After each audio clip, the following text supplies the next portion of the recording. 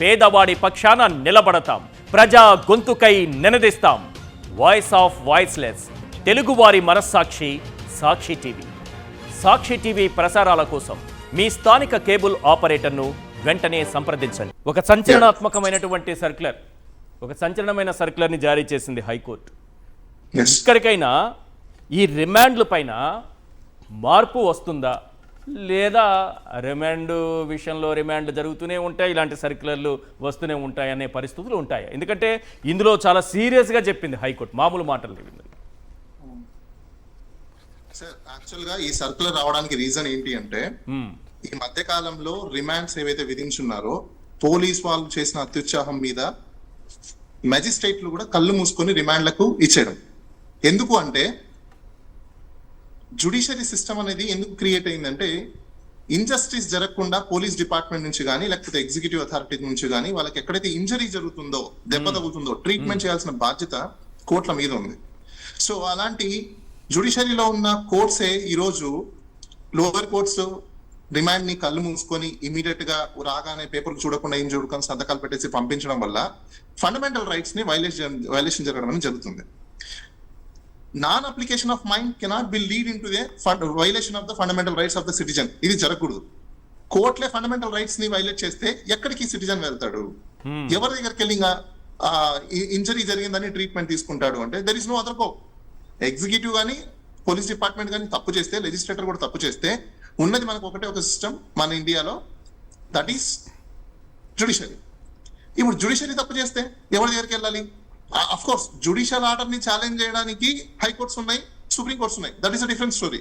But whereas ఈ mistake జరగడం వల్ల ఫండమెంటల్ రైట్స్ వైలేట్ అయిపోయినప్పుడు మరి వీళ్ళ మీద ఎవరు మానిటర్ చేస్తారు, రివ్యూ చేస్తారు? సబార్డినేట్ కోర్ట్స్ అని చూసుకోవాల్సిన బాధ్యత ఎవరికి ఉందంటే హైకోర్ట్స్ ఉంది, సుప్రీం కోర్టు ఉంది.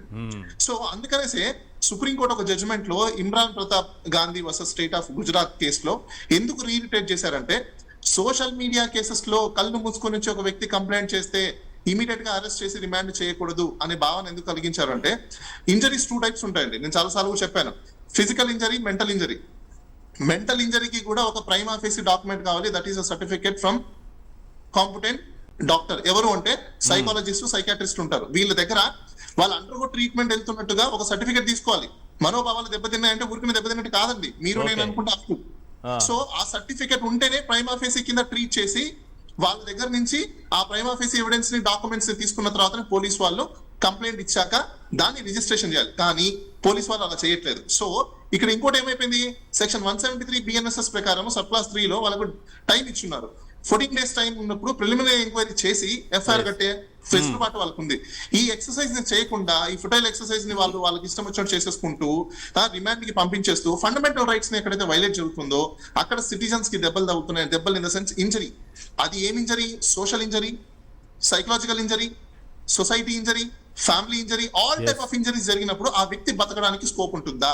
ఒక్కసారి వ్యక్తికి పోలీస్ వాళ్ళు ఇంటికి వచ్చారు, పోలీస్ వాళ్ళు అరెస్ట్ చేశారని చెప్పి హననం జరిగితే ఇంకా మనిషి బతకగలుగుతాడా? అసలు ఉండగలుగుతాడా? ఆర్టికల్ 21 దానిపైన ప్రజల్లో కూడా చర్చ ఉంది. ఇది ఆగుతుంది అనుకుంటున్నారా? అంత సీరియస్ గా ఉందా ఈ సర్క్యులర్? సర్క్యులర్ సీరియస్ గా ఉన్నా సార్. దీనికంటే ముందు ఇంకో జడ్జిమెంట్ మన హైకోర్టు కూడా ఇచ్చిందండి.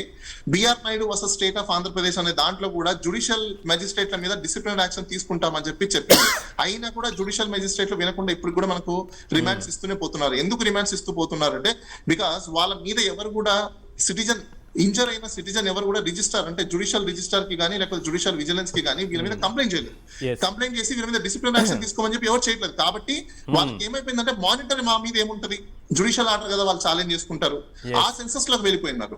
సో కాబట్టి ఇక్కడ మీకు ఏమైపోయిందంటే, జుడిషియల్ మెజిస్ట్రేట్ల మీద కూడా డిసిప్లిన్ యాక్షన్ తీసుకోవడం మొదలు పెడితే ఖచ్చితంగా రేపటి నుంచి ప్రతి రిమాండ్ ని కూడా జుడిషియల్ మెజిస్ట్రేట్ అబ్జర్వ్ చేసి మైండ్ అప్లై చేసి నిజంగా దీంట్లో ప్రైమా ఫేసి ఉందా, రిమాండ్ కి అవసరం ఉందా లేదా అని చెక్ చేసుకొని రిమాండ్ కి ఇచ్చే అవకాశాలు అయితే ఉంటాయి.